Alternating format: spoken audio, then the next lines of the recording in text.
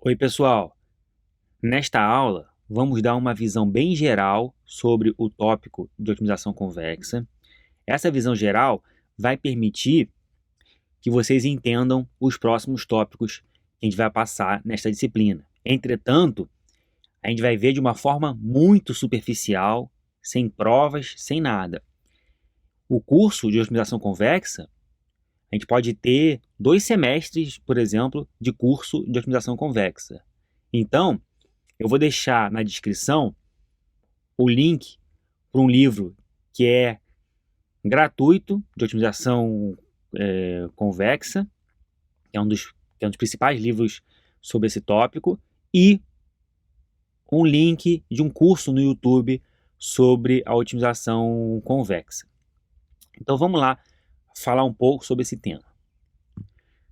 A gente até agora falou sobre a programação linear.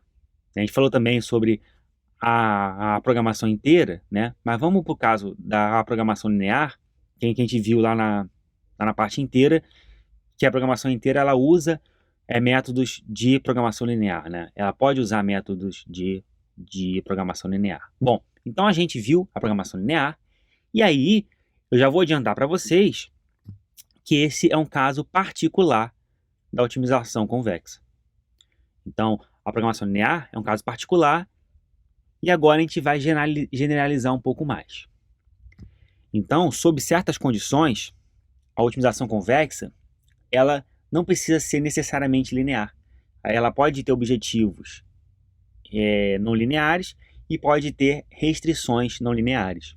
A gente vai ver que no nosso caso aqui, no nosso curso, só o objetivo é não linear. As restrições, elas são lineares. Mas, no caso geral de otimização convexa, as restrições também podem ser não lineares. É lógico que é sob certas condições. A otimização convexa, ela não envolve todos os problemas de otimização não linear, como a gente vai ver mais para frente.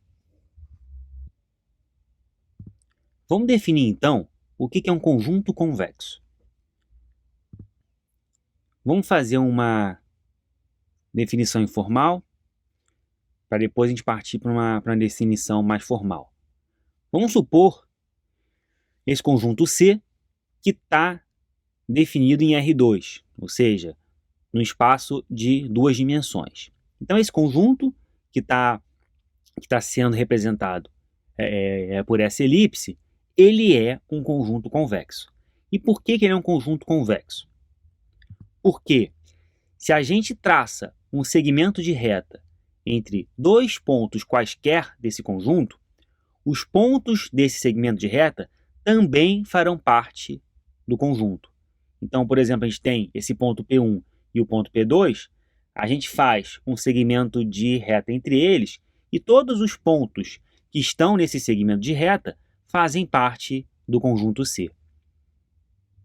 Um outro exemplo, eu tenho outros 2 pontos, faço um segmento de reta e todos os pontos desse segmento de reta fazem parte do conjunto C. A definição mais informal de conjunto convexo é: se eu pego qualquer par de pontos e esses pontos estão dentro do meu conjunto, o segmento de reta entre eles possui pontos que estão todos dentro do meu conjunto C. Essa que é a definição informal de um conjunto convexo. Se a gente for olhar esse exemplo aí, esse conjunto C é um conjunto não convexo. Por quê? Se eu pego esse ponto P1 e esse ponto P2, faço um segmento de reta entre eles, a gente tem pontos ali que não fazem parte do meu conjunto C. Essa que é a ideia do meu conjunto convexo. Essa que é a ideia de um conjunto convexo. E isso vai ser importante depois para a gente fazer a definição do que é um problema de otimização convexa. Bom, vamos tentar formalizar um pouco mais isso. A gente pode dizer que o ponto que está nesse segmento de reta entre P1 e P2, ele segue essa equação aqui. O que é essa equação? É uma média ponderada entre P1 e P2. Então é alfa vezes P1 mais 1 menos alfa vezes P2, e esse alfa vai de 0 a 1. Isso vai representar o ponto P3. Lembrando que P1 e P2 são vetores de duas dimensões. Então, P3 também vai ser um vetor de duas dimensões. Um exemplo, né? Se o alfa ele for igual a 0, o P3 vai ser igual a P2. Se o alfa for igual a 1, o P3 vai ser igual a P1. Então, o alfa ele vai indicar quanto que esse ponto do segmento de reta está andando nesse segmento de reta. Então, por exemplo, se a gente faz alfa igual a meio, ele vai ficar no meio desse segmento de reta, por exemplo. Vamos agora para uma definição mais formal de um conjunto convexo para mais dimensões. A gente tem um conjunto C que ele está no Rn, ou seja, essa definição vale para n dimensões, não só para o caso de um conjunto no R2, como a gente viu anteriormente. Então a ideia é que, para qualquer par de pontos que eu pegar nesse conjunto, P1 e P2, qualquer par de pontos P1 e P2, isso aqui tem que ser verdadeiro. O que está dizendo? Está dizendo a mesma coisa que a gente viu anteriormente. Está dizendo, olha, para qualquer par de pontos P1 e P2 que eu escolher nesse conjunto, se eu traçar um segmento de reta entre esses pontos do segmento de reta vão continuar nesse conjunto. Essa que é a ideia da definição do conjunto convexo. Então, é similar ao caso lá do R2, só que agora o C ele é um conjunto com n dimensões e P1 e P2 são vetores de n dimensões também. Então, essa que é a ideia. Só para deixar mais formal, a gente vai dizer que aquela relação é válida para qualquer P1 e P2 pertencentes ao conjunto C. Bom, agora vamos definir o que é uma função convexa. De forma informal, se eu faço um segmento de reta entre qualquer par de pontos dessa função, esse segmento de reta nunca vai estar abaixo da função. Vamos ver um exemplo que é gráfico no R2 também. Então aqui eu tenho no R2 essa função, que é uma função que ela é convexa. Se eu pego dois pontos da minha função e faço um segmento de reta, esse segmento de reta nunca vai estar abaixo da função, como vocês podem ver aí de forma gráfica. O segmento de reta não está abaixo da função. E essa função que está aí nessa figura, ela não é só convexa, como ela é também estritamente convexa. O que é uma função que é estritamente convexa? É uma função que, se eu pego um segmento de reta entre qualquer par de seus pontos, esse segmento de reta sempre vai estar acima da função. Então esse aqui é o caso da função estritamente convexa. E ela vai ter algumas outras propriedades que a gente vai falar mais adiante. Mas a ideia é, na função convexa, o segmento de reta nunca está abaixo da função. Na função estritamente convexa, ele sempre está acima da função. Então, vamos a um exemplo de uma função que é convexa, mas não é estritamente convexa. Por exemplo, é uma reta. Uma reta é uma função convexa, mas não é estritamente convexa. Por quê? Se eu pego dois pontos nessa função, eles nunca vão estar abaixo da função, mas também não vão estar acima. Então, esse é um exemplo de uma função que é convexa, mas não é estritamente convexa. Esse é o exemplo de uma função não convexa. Nesse caso, se eu pego, por exemplo, esses dois pontos aí, a gente vai ter pontos do segmento de reta que estão abaixo da minha função. Então, ela é não convexa. E por que é interessante a gente verificar se uma função ela é convexa ou não? Porque isso pode acabar facilitando a otimização. Nesse tipo de função não convexa, a gente tem mínimos locais que não são globais. A gente vai falar um pouco mais sobre mínimos locais, mas a ideia é, a gente tem esse ponto mínimo que num determinado intervalo esse ponto é mínimo, mas ele não é o mínimo global, porque o mínimo global, o ponto que leva a função ao mínimo não é ele, é aquele outro mais à esquerda. Então, a função não convexa, ela tem mínimos locais que não são mínimos globais. E isso pode dificultar o problema de otimização, pode dificultar a solução do problema de otimização. A gente não vai falar o porquê, a gente não vai entrar nesses detalhes, mas no caso da função convexa, os mínimos locais são mínimos globais também, como a gente vai falar um pouquinho mais adiante. Então, aqui no caso, na função convexa, o mínimo local também é mínimo global, e isso facilita a otimização. Bom, então vamos agora fazer uma definição mais formal de o que é uma função convexa.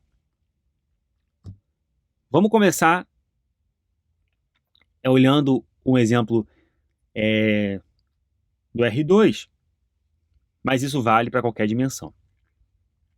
Bom, a gente tem essa função, a mesma do exemplo anterior. Essa função, se a gente for pegar esse segmento de reta entre x1 e x2, ele segue essa equação aqui. Ou seja, é alfa vezes f de x1 mais 1 menos alfa f de x2 vai representar os pontos desse segmento de reta. Então, a mesma coisa que a gente viu lá quando a gente falou sobre os conjuntos convexos, né, que o alfa ele ia indicar a posição dos pontos nesse segmento de reta. Então, só como exemplo, alfa é igual a meio. Se a gente seguir essa equação aí, vai dar no meio do segmento de reta. Então, essa que é a equação dos pontos nesse segmento de reta. Vai ser importante para a nossa definição de função convexa. Se a gente for agora fazer a equação dos pontos da função que estão abaixo desse segmento de reta. Esses pontos podem ser representados por essa equação aqui, tá? Que é a função de uma combinação entre x1 e x2. Então, qualquer ponto que está nesse intervalo aí, entre x1 e x2, pode ser representado por alfa vezes x1 mais 1 menos alfa vezes x2. Então, essa é a equação, y é igual a essa função aí, é a equação desses pontos abaixo desse segmento de reta. E aí, para a gente representar que essa função nunca é maior, que os pontos dessa função nunca são maiores que os pontos do segmento de reta, a gente faz essa relação aqui. Então, os pontos, o que está dizendo que essa inequação está dizendo? Está dizendo que os pontos da minha função nunca são maiores que os pontos do meu segmento de reta. Essa que é a ideia. Quem não entendeu, por favor, pause o vídeo para tentar olhar por que essa inequação está dizendo isso. Então, com essa relação, a gente consegue já começar a definir a função convexa de uma forma mais formal. Então, o que é uma função convexa? Seja uma função em uma dimensão que o domínio dela é convexo, ou seja, o domínio ele pode ter n dimensões, mas ele tem que ser convexo, e a função tem uma dimensão só. Ela só retorna um número, só retorna um número real. A função é convexa se aquela relação que a gente acabou de ver é verdadeira para qualquer par de pontos no meu domínio. Então, se eu pego qualquer par de pontos no domínio da função, essa relação vai valer. E aí, essa aqui é a equação que a gente tem que checar para ver se a função ela é convexa. A função que é estritamente convexa, ela segue uma equação semelhante à anterior, mas essa sem o sinal de igual. Ou seja, esse sinalzinho aqui não é menor ou igual, é só menor. Por quê? A função sempre está abaixo do segmento de reta entre os pontos x1 e x2. A função côncava, a gente tem um raciocínio semelhante, mas com sinal trocado. Então, a ideia é que se eu traço um segmento de reta entre qualquer par de pontos dessa função, os pontos desse segmento de reta nunca estão acima da função. E esse é um exemplo também de uma função que é estritamente côncava, porque os pontos desse segmento de reta sempre estão abaixo da função. Então é o mesmo raciocínio da função convexa, mas com os sinais trocados. Então, se a gente for definir uma função côncava, é uma função de uma dimensão que possui um domínio convexo, da mesma forma que a gente viu anteriormente para a função convexa, e essa f de x é côncava se menos f de x é convexa. Então, a gente segue todas aquelas definições que a gente viu. E a gente pode trocar o sentido daquela definição da função convexa. A gente pode dizer que a função é côncava se os pontos da função sempre são maiores ou iguais aos pontos do segmento de reta, como a gente pode ver aqui. Então, é só a gente troca aquele sinal de menor ou igual pelo sinal de maior ou igual. Também é uma outra forma de definir uma função côncava. E também a gente tem a função estritamente côncava. E aquele sinal, ao invés de ser um sinal de maior ou igual, é um sinal só de maior. Então, essa aqui é a ideia da função côncava. É só pegar a função convexa e pensar com o sinal trocado. Só um aviso, né? Que informalmente a gente chama tudo de otimização convexa. A gente não fica, não, essa otimização é côncava, essa é convexa. A gente chama tudo de otimização convexa. Isso vai facilitar a nossa discussão.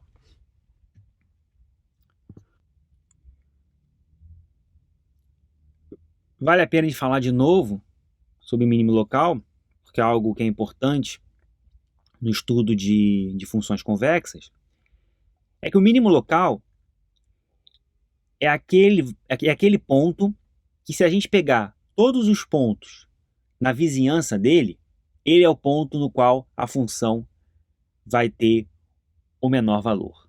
Então, é a gente pegar uma certa vizinhança da função, a gente pegar um certo intervalo da função, e esse ponto vai ser o menor valor nesse intervalo.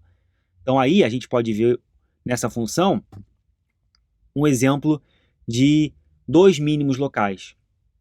A gente tem esse mais à direita, que num determinado intervalo, que é considerado nos pontos que são próximos a esse mínimo local, ele é o ponto com menor valor, e nesse outro, mais à esquerda, a mesma coisa. Nos pontos da função perto desse mínimo local, ele é o que tem o menor valor. Então, se a gente for pegar a função e pegar vários intervalos dessa função, a gente pode ter vários mínimos locais. Um mínimo local não é necessariamente um mínimo que é global. Por exemplo, dentro desses dois mínimos locais, a gente tem um só que é mínimo global. O que é o mínimo que é global? é o menor valor considerando todo o domínio da função. Então, quando a gente quer minimizar uma função num problema de otimização, a gente quer achar o mínimo global. Só que quando a função é não convexa, que é esse exemplo aí que a gente viu, ela pode ter mínimos locais que não são mínimos globais. E isso dificulta muito a otimização. A otimização, a gente fala isso de uma forma informal, ela pode ficar presa entre mínimos locais e nunca chegar no mínimo global. Essa é uma discussão bem mais complexa que isso, mas eu estou simplificando essa discussão para a gente dizer por que as funções convexas são importantes. As funções convexas são importantes porque numa função convexa, um mínimo local também ele é global. Então, se você acha um mínimo local, você está achando um mínimo que é global também. Então, um exemplo aqui de função convexa, na qual o mínimo local também é global. A gente pode ver que essa função aí, ela tem vários mínimos locais. A gente pode considerar uma faixa imensa de pontos nessa função que são mínimos locais. Mas esses mínimos locais também são globais. E a função estritamente convexa, ela tem uma particularidade que os mínimos locais são globais, mas ela só tem um mínimo global. Ou seja, ela só tem um mínimo local. Não existe essa ideia de mínimos locais. É um só. Só tem um mínimo local e esse mínimo local é mínimo global também. Então esse é um exemplo de uma função que tem apenas um mínimo global e é uma função estritamente convexa. E esse raciocínio é semelhante ao caso das funções côncavas, que o máximo local também é o máximo global e a função estritamente côncava há apenas um máximo global. Então essa que é a ideia, e essas propriedades fazem a otimização convexa ser um caso particular da otimização não linear. E o fato do máximo local ser também um máximo global, o fato de um mínimo local ser também um mínimo global, isso facilita muito a otimização. No caso particular que a gente vai considerar no nosso curso, a gente vai considerar o caso de otimização convexa, mas as restrições são lineares.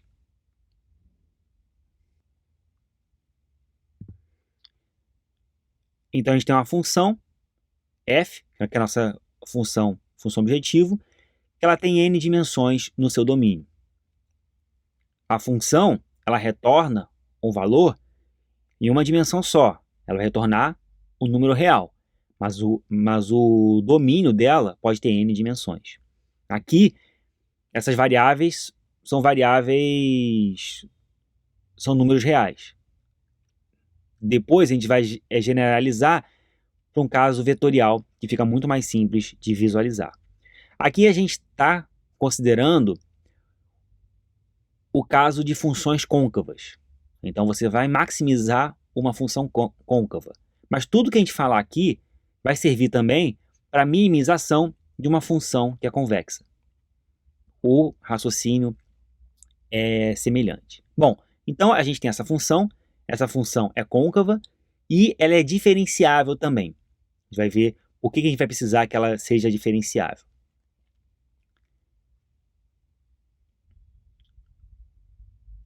O problema, ele tem essas restrições de menor ou igual. Então, isso aí só está dizendo que a gente tem m restrições de menor ou igual. Em cada linha dessas restrições, para cada restrição, a gente tem uma combinação possível dos coeficientes R que multiplicam as variáveis x. Então, esse exemplo é só um caso geral do que a gente já viu na programação linear. A gente tinha do lado esquerdo as variáveis, que são multiplicadas por coeficiente, e do lado direito a gente tinha as constantes associadas a cada uma das restrições. Lógico, esse é um caso geral, né? Por exemplo, a primeira restrição ali, se o x1 não aparecer naquela primeira restrição, o seu coeficiente associado, né, o R11, é igual a zero. E a gente também vai ter nesse problema restrições de igualdade, nas quais o lado direito é zero. Então, é o mesmo caso que a anterior, só que ao invés de ter menor ou igual, a gente vai ter igual, e do lado direito a gente vai ter zero. É lógico que a gente poderia representar qualquer problema só com restrições de igualdade. A gente pode mostrar isso, não vale a pena a gente olhar isso agora, mas para as condições de otimalidade, que a gente vai ver mais adiante, é importante que a gente tenha um conjunto de restrições que são representadas com menor ou igual e outro conjunto de restrições que são representadas com sinal de igual. É uma forma muito mais simples de representar esse problema é na sua forma vetorial. Então, por exemplo, a função objetivo, a gente pode ter um x, que é um vetor, que tem esses elementos todos, tem os elementos x1, x2, x3 até xn. Então, a função objetivo é representada só como f de x. As restrições de menor ou igual podem ser representadas com uma matriz R. Essa matriz R tem todos os coeficientes de todas as restrições, né? Para cada linha da matriz é uma restrição, são os coeficientes relacionados a uma restrição, e aí essa restrição ela é representada pela matriz R vezes o vetor x menor ou igual a um vetor C com todas as constantes do lado direito das restrições. E por último, as restrições de igualdade podem ser representadas também por uma matriz H, na qual cada linha da matriz está relacionada a uma restrição, são todos os coeficientes de uma determinada restrição. Essa matriz H é multiplicada por um vetor x e essa multiplicação é igual a zero. Esse zero a gente pode considerar como um vetor de n dimensões e todos os elementos são iguais a zero.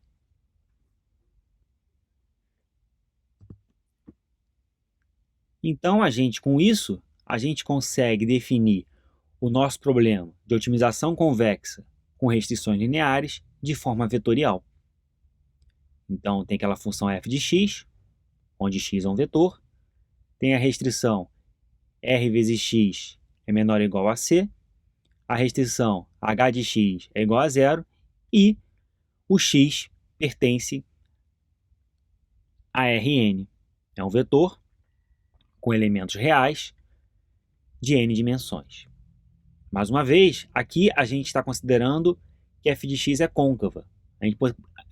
As mesmas regras que a gente vai seguir servem também para uma f de x convexa em problemas de minimização.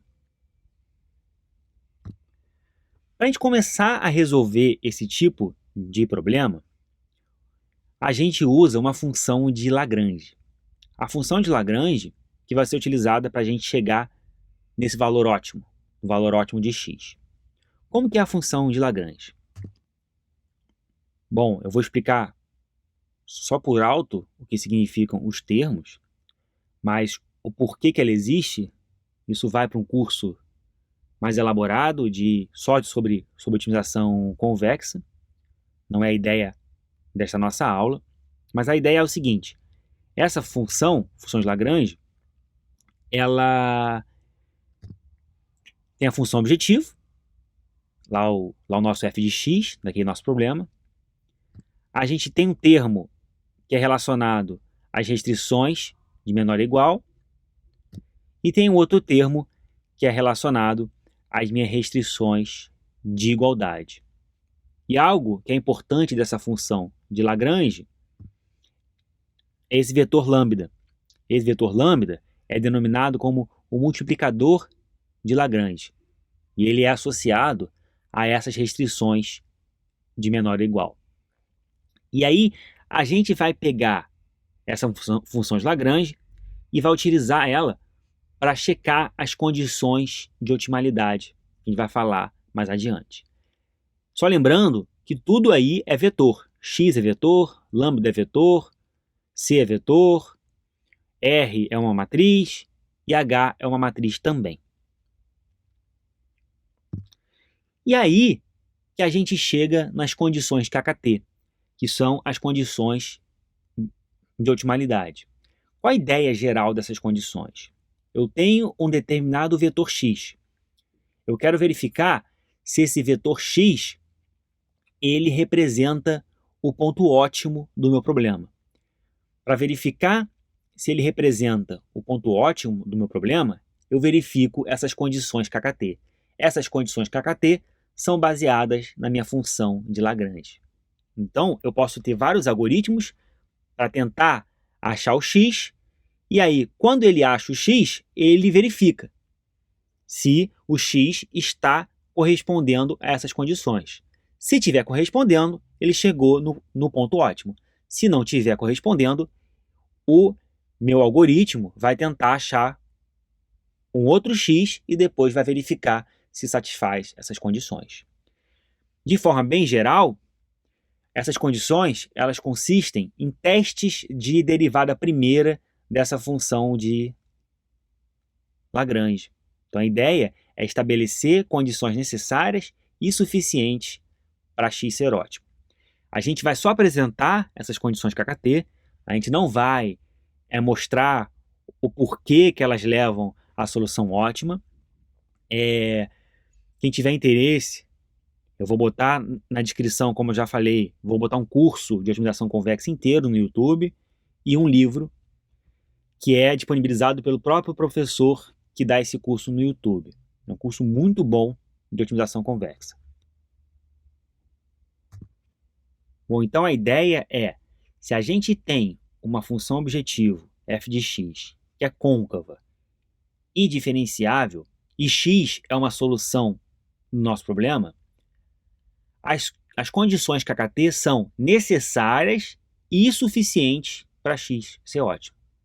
Então, se a gente acha um x e verifica que as condições KKT estão sendo atendidas, isso quer dizer que o x é ótimo naquele meu problema. Vamos então à primeira condição KKT. Ela diz o seguinte: a derivada de L, a minha função de Lagrange, em relação a x, no ponto x, aquele ponto que eu estou testando, essa derivada vai ser zero. E aí, isso significa o quê?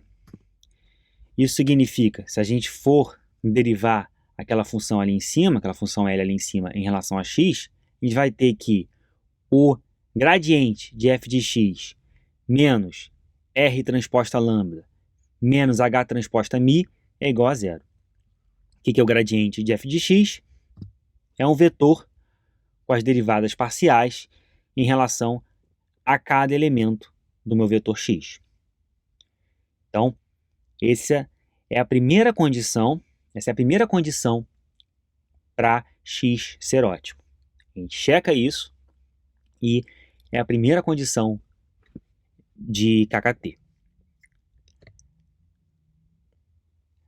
A segunda condição ela está relacionada às restrições de menor ou igual. Ela basicamente diz que na solução ótima, uma restrição pode estar com folga zero, ou seja, o lado esquerdo da inequação é igual ao lado direito da inequação. Eu não consigo aumentar mais o x para melhorar a função objetivo, porque senão eu vou estourar aquela restrição. Então, ela diz isso, diz que eu posso ter restrições com folga zero, A gente não vai entrar em detalhes do que é folga, mas quando a gente falou sobre o simplex, tem alguma coisa sobre folga lá também. Mas se essa restrição não tiver folga zero, o seu multiplicador de Lagrange vai ser zero.